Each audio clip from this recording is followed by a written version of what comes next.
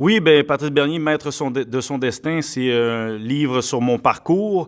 Vous apprenez l'histoire un peu plus sur... on connaît Patrice Bernier, le capitaine, mais les dessous, de où est-ce que ça commence avec mon père qui est arrivé au Québec à la tempête du siècle, à jongler entre deux sports, le hockey et le soccer, et essayer de frayer son chemin. C'est ma passion, mon rêve, qui était le soccer, et de commencer au Canada, d'aller l'autre bord de l'Atlantique et de revenir et en être capitaine chez moi au Stade Saputo avec l'Impact de Montréal et de finir ce grand rêve d'atteindre les mondes professionnels dans les rangs du soccer.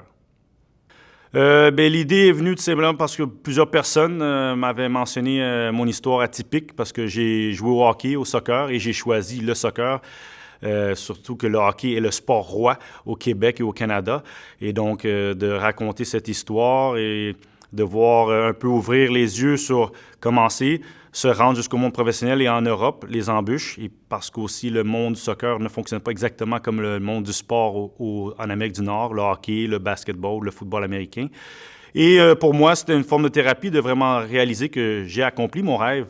Et toutes les histoires qui m'ont mené à arriver à mon rêve professionnel, parce que souvent, on revoit le monde professionnel, mais on oublie que c'était pas juste une carrière professionnelle, c'était 34 ans d'un petit garçon qui avait un rêve de devenir joueur de soccer professionnel et qui l'a accompli, mais à travers plusieurs épisodes et péripéties avant de finir le 22 octobre 2017. Pardon.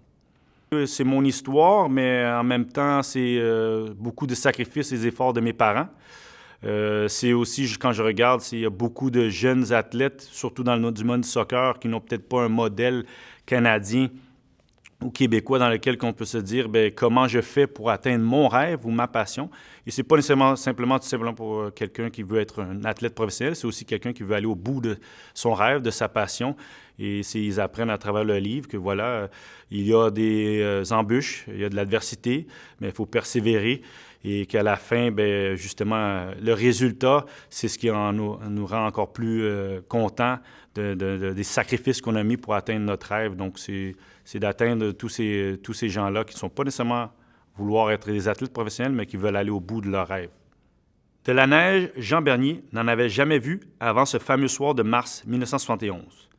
Le jeune homme de 23 ans avait quitté Haïti quelques mois plus tôt, croyant sans doute s'établir à New York, où vivaient désormais ses frères et ses sœurs, et l'élu de son cœur, Gladys. Mais son instinct le guida vers Montréal pour une courte visite.